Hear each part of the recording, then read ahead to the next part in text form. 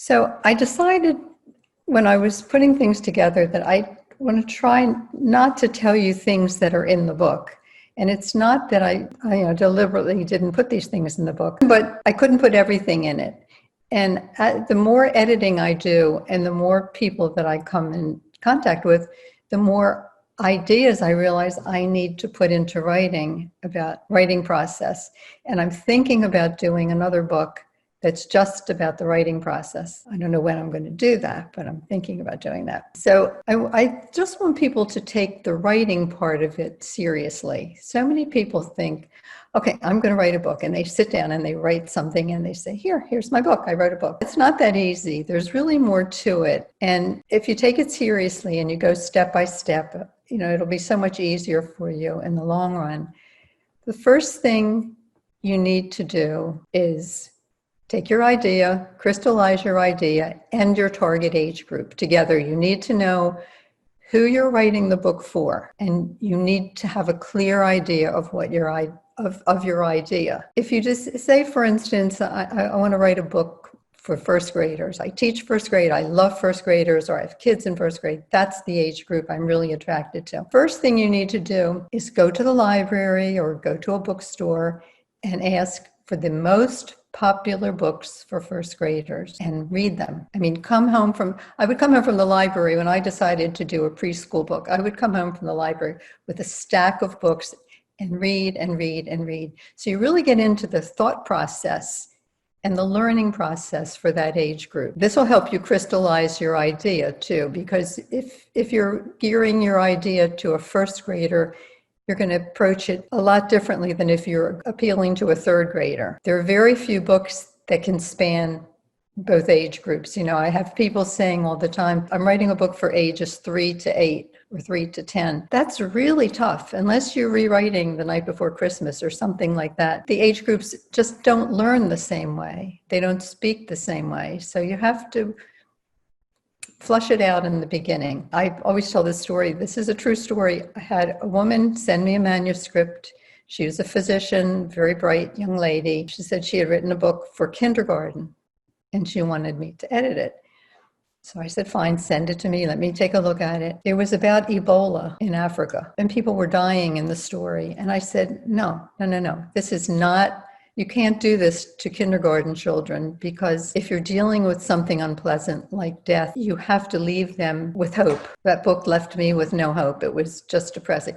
So you need to know what the kids are thinking, what they like, what they don't like. Think about something that you can do. Once you have your idea, what can you do to make your story a little bit different? No matter what idea you think of, there's probably some other books out there that are similar. There are different ideas that are in vogue at different times. Right now, there are a lot of stories about people being different and getting along, or looking different and getting along. But what can you do to get that idea across in a different way and make your book stand out? Maybe having music along with it. CDs are passé, so instead of a CD, you can do a QR code and have a link to some place where you have a song to go with your story. You can have a pop-up in the book. You can have something that comes with the book, maybe a doll or something, but something that you can do. And in the story itself, maybe if you write the story about a different type of character, maybe your characters are animals, maybe the animals telling the story about being different is a different take on being different. So think about something that you can do that will make your book stand out. Sometimes it's the illustrations, the crocheted illustrations. For instance, okay, help me with the name. Rachel, I'm sorry. Rachel, if you're there, I'm sorry. I was going to say Rebecca, but Rachel's illustrations are so unique because she's actually crocheting her characters and then taking pictures of them for her illustrations. That's very unique. That's very, very catchy. So think about something. Decide whether or not you want your book to rhyme. People love rhyming books. Children love rhyming books. But if you have a story to tell, make sure you can tell your story in the rhyme. You must be able to get your story across. Sometimes if there's a lot to say in a story, There aren't the right words to rhyme to make the story understandable. So the story gets lost. So only rhyme if you can still tell a story. It is a rhyming book, but remember, it's a storybook. So don't let your story get lost. And don't worry in the beginning about your title at all. Don't worry about that. It'll come. A lot of times I get books to edit and they don't have a title, and the author will say, "Can you help me?" And I always say, wait, the story will flush the title out. And it does. It always just comes out eventually. So we don't worry about the title in the beginning. I always say, make every word count. It's really important in children's books not to have extra words. And you'll find the best way to keep your word count down is to use fewer words. Does that make sense? And let me give you an example here. If you get, this is the first one is kind of a wordy beginning for a story. This is just the very, very beginning. And in the beginning, you do want to attract attention. So you want something a little bit lively. So the first one, "Good morning," says Dad. "It's time to wake up." "Good morning, Dad," Andrea mumbles sleepily. "Hurry and get dressed. We have to pick up Grandma to go to the fair." "Come on, sleepyhead," says Mom as she peeks in the door. "Breakfast is ready." Should have been Andrea, but it doesn't matter. Andrea slides out of bed, throws on her clothes, and runs to the bathroom to brush her teeth, then scurries downstairs. There is absolutely nothing wrong with that story, but it's much too wordy. And that was 70 words. So another version of that same story, the beginning is, "Wake up, sleepyhead," hollers Dad. "Today is the day we're going to the fair. Breakfast is ready, so I'll see you in the kitchen in 10 minutes. Ready, set, go." Same thing happens. His dad is telling the girl to get up because they're going to the fair in 70 words versus 33 words. So you can start with the wordy ones, and sometimes it's good to do that. Just put everything down that you feel you might want to say, and then cut it back. It's easier to chop than to add. So put everything down, then go through it, look at it, and take out words you don't need, because every word is essential to the story. Every story must have a beginning, a middle, and an end. Yes, you say, okay, it has a beginning, a middle, and an end. But there's a purpose. There's a function for each section. The beginning of the story is where you introduce the main character and the situation. Now, in the one we just talked about, "Good morning, get out of bed," that one, we know in the beginning that we know who the character is, sleepyhead Andrea, and we know that the situation is they're going to the fair. So that's what the beginning needs to do, set the stage. I always say it's your once upon a time, where old stories were once upon a time there was a little girl, named Goldilocks. This is where you do that, okay? Okay, we'll do the three and then have them separated out. The middle is where you use the characters to develop the situation. That's where the storyline develops. And you'll see in the example in a second, I'll develop a story for you. And in the end is where the issue is resolved. You tie it up neatly and the story is resolved. It's very important with children to leave them hopeful at the end. So if it's a bad situation, fix it at the end. Don't leave them hanging. Don't leave them worrying about what happened to so-and-so. Don't leave them with somebody dying and sadness at the end. Leave them with hope. Okay, this is where I wrote a little story. I think I did this live last time. I wrote it. So in the beginning, we're going to describe the character. And also remember, because it's a picture book, you don't have to say everything about the character because the illustration will tell part of it. You need to say enough to give the feeling behind the character, that the mannerisms and the facial expressions can be done by the illustrator. So you don't have to say there was a frown on her face. The illustrator will show there was a frown on her face, okay? So this is just a little example, and it's so cute that I think I might write the story someday, but anyway, If any of you like it, you can write it. These aren't all the exact words. This is what the beginning of the story would be. Goldie is a lively little fish who loves to swim and do loop-de-loops in the water. Stay in the shallow water, her mom reminds her. Don't go near the big ocean. Now that sets the stage. You know that there's a little fish that loves to swim. You see some situation building because her mom is saying, don't go near the big ocean. So this is a perfect example of meeting the character and learning what the situation is. And then we go on to the middle. This is an example of what's happening in the situation. Goldie and her friend Trudy Turtle decide to go exploring. They travel a bit too far from home.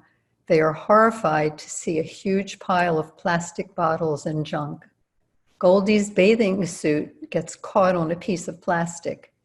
Trudy is frantically pulling on Goldie while searching in her backpack for something she can use to free her friend. So all of this is developed with more words, becomes the situation. So this is the middle of the story. This is the situation. Now, do I have you on pins and needles? Can you wait to see what happens to Goldie? Let's go to the end. Trudy, who we just found out was searching in her backpack, finds a pair of scissors in her backpack. Luckily, she frees Goldie and the two of them swim home. They are horrified at what they saw. And that's all the plastic in the ocean that they saw. And as an ending, to tie it all together in some hopeful way, how can people be so thoughtless, is what they're thinking. They become little fish activists and they post signs in the ocean saying, beware of the plastic ocean and stop dumping trash and things like that.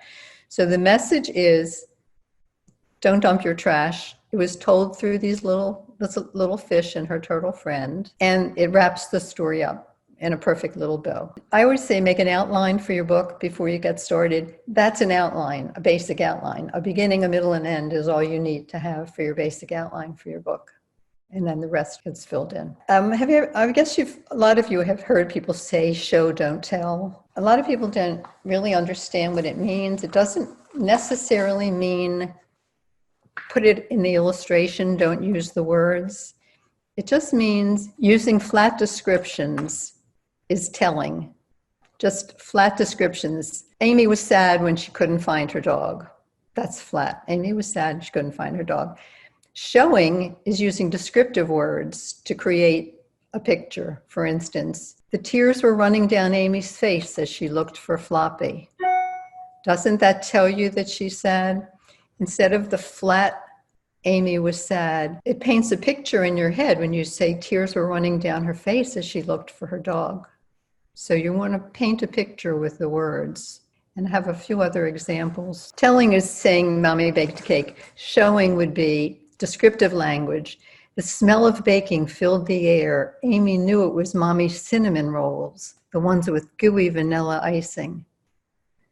Do you see the difference between just flatly saying Mommy baked a cake and using descriptive words to paint a picture in the kids' minds? Another one is, you could say the house was spooky. That's flat. Now, this is a little bit wordy, but I actually used something very similar to this in a book recently, and it was very popular. And it was a young child book, so they do love spooky things. They do like ghost stories and scary things. So instead of the house was spooky, we said the floor squeaked as they entered. The house was completely dark except for a tiny sliver of moonlight shining through the ragged curtains.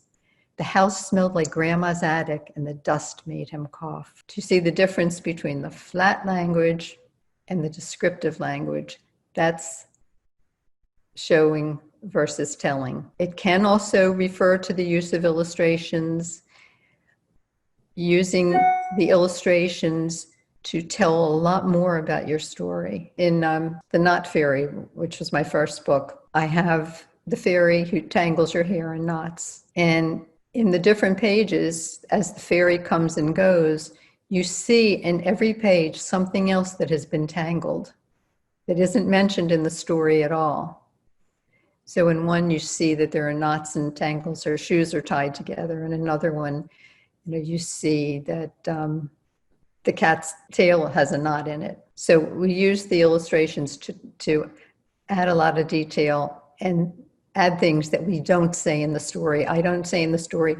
And she also tied a knot in the cat's tail. Instead, the illustrator put that there. So the illustrations work hand in hand to tell their half of the story. Any questions about showing and telling? Yes.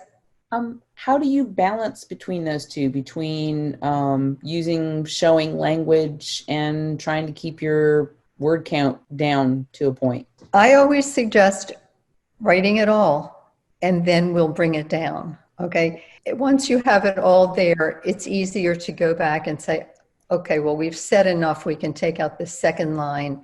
You really don't need 2 lines in a row that say something about her dress. Take one out, for instance, okay? Something I just thought of, because I'm kind of cutting out words right now from my own stuff, is if you keep your original with all your words in it, it actually might be interesting for your illustrator to get a better feel for what you're looking for in the story, possibly. You can do that. You can turn the original into illustration notes, because it's important to sit down with the illustrator and describe each character and go over each scene and describe what you want to see happening in that screen. So if you want to tell the illustrator where this takes place, are they in the house? What's in the room if they're in the house? There's a lot you can say about a character when you see them in their bedroom, for instance, and see what's in there. I guess we can talk about that when we do illustrations. Okay, dialogue. A children's story most of the time needs dialogue. It's really boring to narrate a story. When you get to the 4, 5, and 6-year-olds, they're ready for some dialogue. For the younger ones, not so much, because they're just starting to read, and you can say, see the ball is bouncing, and it's just, there's no dialogue because there's not a whole lot happening. But once there's some action, you need characters that are talking about the action. And it actually gives the reader an insight into the character without saying she was a happy little girl. You can have the girl say, oh, Mommy, I'm so glad this is happening. This is so exciting. Whatever it is, if the character saying it in an exciting way is better than you saying there was an excited character. Okay? And it also defines the relationship between characters. A discussion between a brother and a sister is quite interesting. In one book that we just did, there's a little bit of sassiness that goes on between 2 kids talking, and you want to get just the right amount of sassiness between them without them being rude. And you can do that with the words. You can't really do that without the dialogue. You can say she was a little bit sassy. With the dialogue, you can say things like, well, I'm certainly not going to do what you're telling me to do, which is something a sister would say to her brother. So you really do need the dialogue, and it really helps the story move along. You don't want the characters just chattering, leave out the filler. You don't want them discussing what they did in school today. Just leave that out. But if they have one main thing that they need to talk about, let them talk about that. Let them have a conversation. And this is a way to differentiate between your characters, because they wouldn't sound the same. You can give the sister in a book a completely different character personality than her brother, which we just did recently in a book. Yeah, let's go on to the next one. These are dialogue tags, and this gives you added description. Same sentence. It's time for me to go home, Ben said. That's not the same as, it's time for me to go home, Ben shouted. I should have put an exclamation mark. It's time for me to go home. Okay, by using the dialogue tags at the end, shouted versus said, you change the meaning of the story. It's time for me to go home, Ben asked. The same sentence, but the tag is different. And there are lists of dialogue tags that you can use. Ben said, Ben exclaimed, Ben shouted, Ben yelled, Ben hollered. But don't use them all, because the story gets kind of cluttered if you use said and then hollered and then yelled and then shouted. Keep it simple. And then there are adverbial phrases after the dialogue. Do you remember what an adverb is? Well, these are adverbial phrases. For instance, okay, I'll get to the for instance when we get to, okay. It's time for me to go home, Jenny said quietly, tears in her eyes. That's an adverbial phrase. Quietly is the adverb. It's time for me to go home, Jenny said quietly, tears in her eyes. That says a lot. That says so much just in the tag. It's time for me to go home. You could say, Jenny was sad. She said it quietly. She had tears in her eyes because she didn't want to go home. Yeah, jabber, jabber. But this just says so much with one tag. You can use the same sentence in another way. It's time for me to go home, Jenny shouted, picking up the little frog and running to find her brother. So do you see how you can change the meaning of the same sentence with just the tag at the end? And see, look how much it says about her relationship with her brother and finding the frog, just in that one little sentence. So you don't have to say any more than that. That delivers it all. You just want to make sure your words sound the way children talk. I always prefer simple sentences. I don't like to use semicolons and long sentences with lots of commas. Simple sentences, because young children learn better that way.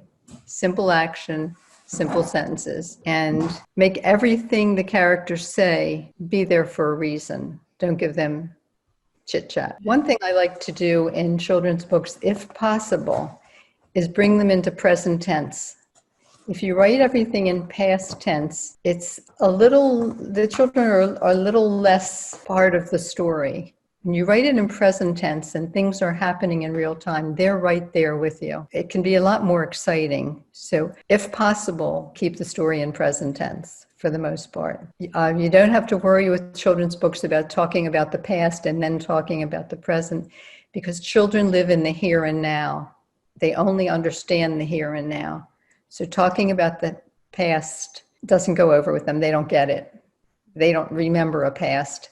And talking about the future doesn't mean anything to them. So when you wouldn't say something in a story about, well, and then when he grew to be a man, and then go on with your story, you've lost them. They can't grasp the concept of a child becoming a man, and now who you're talking about. So just keep it in the here and now. Bobbie, what do you think about, because going back to a story that I had submitted to you a while ago and cleaning it up, and it's kind of like fairy tale, once upon a time, long, long ago, this happened.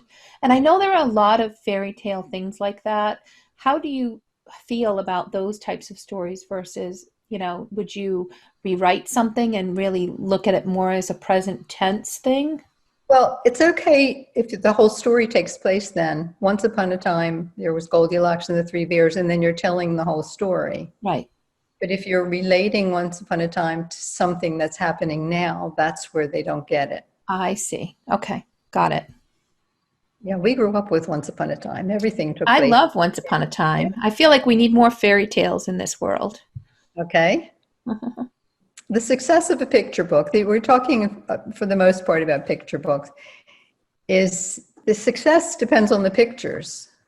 It's really, really important to have pictures that are engaging and that tell their part of the story. And I said a little bit about that, but you have to have the pictures match the words. One of the worst books that I ever read was about Christmas at Grandma's house, and there were pictures on the pages of horses and fields that had nothing to do with this Thanksgiving at Grandma's house, or whatever it was. So it was just pretty pictures throughout the book, but it didn't fit the words. And don't have your book illustrated before the editing is done, because until you have a complete story, please don't waste your money on illustrations that might not fit if the story is reworked.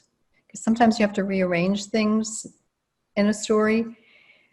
Wait until you have the final story before you sit down with an illustrator. And then, like I said, go page by page. This is what I want to see on this page, and I will help you with that. I shouldn't say that because I always say, oh, why did I undertake all this extra work? But I will help you. If I edit your story, I'll help you figure out your illustrations too. And go page by page. Whatever action is happening, that's what the illustration should show. Yeah, I couldn't resist but throwing some pictures here from my first book. And I just loved, the illustrator did such an amazing job at capturing excitement and what was going on. I just felt like it really shows the movement. And, that's the kind of thing I feel like kids really identify with. Right. And you see all of those lines that actually show movement. That's important. And sometimes I'll say when I'm working with somebody and helping them plan their illustrations, make sure the illustrator puts the movement lines. He'll know what you're talking about. But that makes a difference because that shows that they're moving. Yeah. If you find in your illustrations, when you're planning your illustrations, that there's nothing happening page after page, that the characters are just standing there talking, the story needs to be reworked. Because if there's not enough action to carry the story through, the story's going to fall flat. So the goal is to have children want to turn the page and see what happens next. Memorable characters. The story should really be character driven. It's the character that's the important person in the book. That's what kids will usually remember, the character of the book. Now, the character actually doesn't have to be a person. It can be a big red monster truck. Mm-hmm. I mean, he's the main character in one of the books that we worked on. But that's what the child will take from that book. That was the main character. Charlotte's Web. I mean, that's a classic one. Heidi. You remember the character. You may not remember the story in Charlotte's Web, but you remember the character. And so you make your character memorable, give your character the look of a unique character and the personality. And if you're writing for whatever age group you're writing for, if you don't have any kids around that are that age group, find some. I know with COVID, it's really tough because normally I would say go to the library on a Saturday when they have their reading story times, and you can find all kinds of kids to talk to and hear how they talk, hear what language they speak. Sometimes you'll be surprised at the way they talk. Sometimes the young ones really are talking in a much more adult way than you would think, and you don't want to make your story sound too babyfied for them. On the other side, you don't want it to be above their heads. So it really is good to interact with them and have conversations and find out, what they're all about. Yeah, and I added that third character in there, which is from my book. It's my little Labradoodle. And one of the reasons why I added this specific one is because of the emotion. Like you can see the emotion on this little dog who's really insecure, and he's afraid that nobody's going to love him and he's not going to find a family. And so in this picture, when I look at this, I can identify with that character and I care about that character.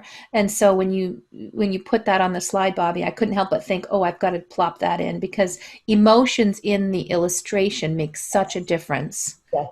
Yes, that's a perfect example. I just moved the pictures of all of us over to the other side so I could see what was there. Yes, poor little thing. Oh my gosh. And just having the reflection that he's looking at in the bowl just adds so much to that illustration. Yes, it was genius. Don't let the story become stagnant. That's what we were just saying. It needs action. Ask yourself if there's something happening on every page, or does the whole story take place in the same spot? Now, sometimes it can take place in the same spot. If the story is told through thought bubbles, the action a lot of times is in the thought bubbles. True. So a character can be dreaming. I'm thinking about the Dream Beans book that we were working on. Mm-hmm. A character can be sleeping or dreaming, and the action, and that can all be in the same room, but the action within his thought bubble or dream bubble would be where you would see the action changing from page to page. But there needs to be something going forward to make them want to turn the page. Rachel is asking, will the graphic designer be able to add elements such as movement lines to my photos? So, Rachel, you're the one that's taking pictures, but absolutely, from my experience, you can either have an illustrator go in and add things, or a good graphic designer can absolutely do that for you. Definitely. Don't rush the process. I know you really want your book to come out yesterday. I know the feeling, but the process has to work out the way the process works out. You can't do it all at once. Don't give yourself an unrealistic deadline and say, this is September 1st. I'm going to have that book in my hands by October 15th. Well, you're not. So don't make yourself crazy. Don't rush the process. Don't sacrifice anything along the way. Wherever you are, sometimes you have to pause at different stages. Maybe the writing just isn't right. Well, don't go on to the next step. Get the writing the way it should be. Get help with it, and then go on to the next step. If you run into problems with the illustrator and you're not happy with the first one that you talk to, take your time, talk to somebody else, get it right.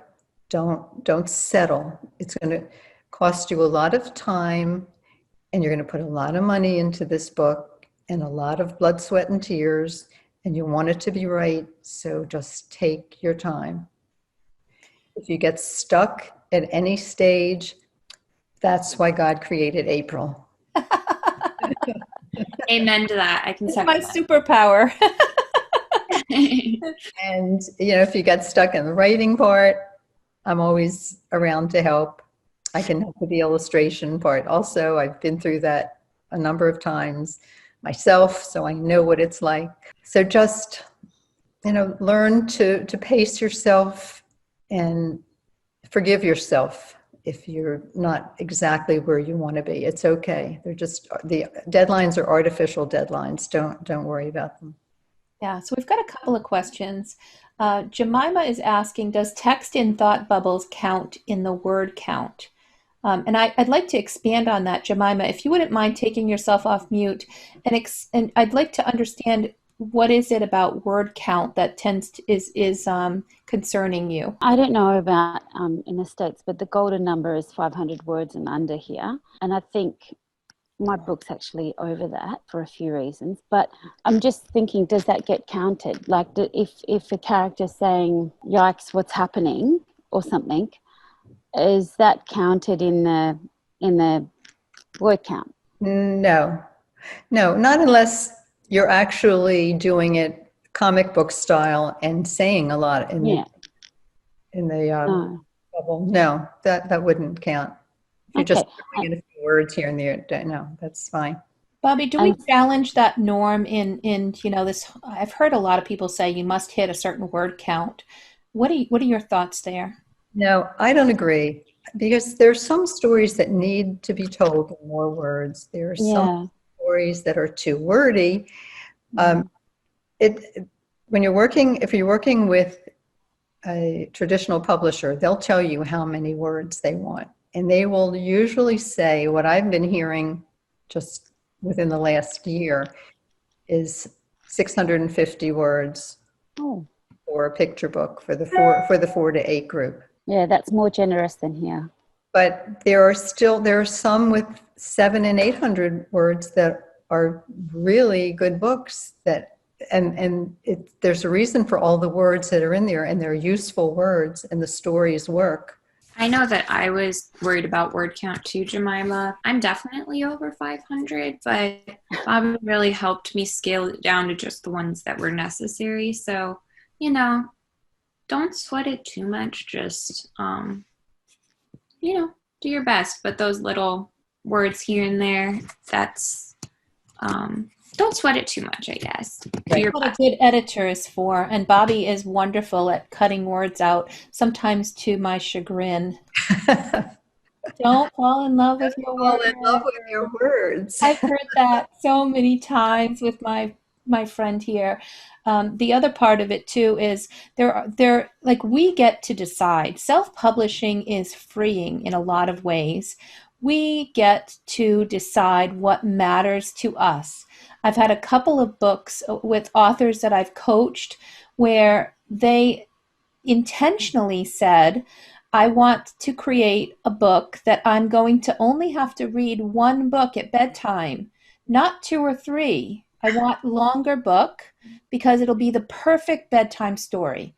And so they intentionally create it. Now, would a a traditional publisher give them that leeway? Probably not. But this is what the publisher, this self-publisher wanted to do. So we do get to make our own rules, but work with a fantastic editor, and I highly recommend Bobbie. Do a critique if you're not sure if you need to change some things, and she's a perfect sounding board for things like that. Well, thank you. It's with the advent of self-publishing, I honestly think there are more children's books self-published now than traditionally published. I don't know what the numbers are, but so many of the norms are out the window. So many rules are broken, and I guess they're not really rules anymore, because at one time, a traditional picture book had to have 32 pages. Well, now, because of the different techniques, you can have 24, you can have 38 pages. It's different. So I don't think there are any hard and fast rules about that anymore. I think the rule police are out of here. Rebecca has a question too. I'd like to let Rebecca come off of mute and ask her question. Okay, my question is, so I've been reading about picture book writing techniques, and I've read that characters should try to solve the story's problem 3 times. And each time they should come up against different challenges varying in the challenge level. And then eventually they prevail the 3rd time. I wondered if you recommend that framework. And if so, does it always have to be this rule of 3, or could they just come up against 2 different challenges in the story, or 1? Or what are your thoughts about that? I think there's one main situation in the 4 to 8-year-old group. They can only really deal with one situation. You can't really have them solving too many challenges, because they will be bored and sleepy after the first one. So you need to tell your story, the situation, and get out. Get in, tell your story, get out. With the older children, you can do several plots. You can have several plots running at the same time. You can have several individual plots. But with the younger ones, I think they can deal with one situation. Yeah, and I've heard lots of, story structure and hero's journey, and, throw in a sidekick and make sure you have a villain, and, the 3 times challenging something 3 times and getting closer. That, to me, I agree with you, Bobbie. It's kind of more towards the older age groups. And even then, there's just so much more leeway these days. If you write a good story, a compelling story that keeps their attention and moves forward, then that's really the important thing. Yeah. And I'm a big fan of doing research in your particular age group. Go to get your targeted age group and really look at the bestsellers on Amazon. Go talk to librarians and see what are those best-selling books, the beloved books. Are they doing this rule of 3? Is there a pattern that you should pay attention to? But don't let the experts necessarily tell you. Let the people that are buying and they're paying with their wallets, and they're driving these books to bestsellers, let them be your guide as far as research, because things change so much and research really lags behind. Right. So much is different right now in the book world, and really anything goes as long as it's a good story. I don't think you need to worry about having your 3s in there. The language must be suitable.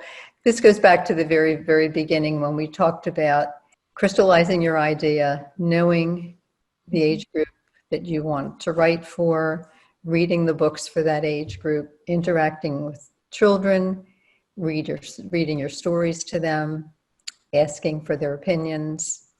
And it's all about the children. So you really need to know them and understand them if you're going to write for them. I always recommend focus groups. I think we talked about it last week. I know it's harder now, but if you can gather some kids together in your neighborhood, in a daycare, I don't know where to find kids during a pandemic, but it's harder. Or if you can do a Zoom group, a Zoom meeting with some of the preschools. Read your story to them. At any stage, you can read your story. You can say, kids, close your eyes. I want to read this to you. I don't have any pictures to show you yet, but can you picture a little pink pig with a curly tail? Well, this story is about that pig. And tell them your story and see how they react. Ask them for their opinions. If you could change the story, what would you change?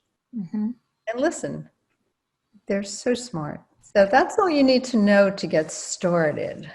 A lot of it, you'll learn along the way. You'll write something and it won't sound right, and don't be afraid to write it again. Don't fall in love with your words. Sometimes we chop them out. On this next slide, it's got know your market. And the hint is it's not children. And I took a couple of the I Will Always Love You is a self-published book from a member, from Bree Turns, who was a member of our author work group. God Gave Us You. There's a lot of things out there and you can see these more than others are really targeted toward the adult audience. But you're saying your market is not just children. Are you saying, Bobbie, it's because those are the folks that are buying the books, so you need to speak to them? Right. It's not the children who go into a bookstore and pick up a book. It's the parents. So you want your book to appeal to the kids and to the parents.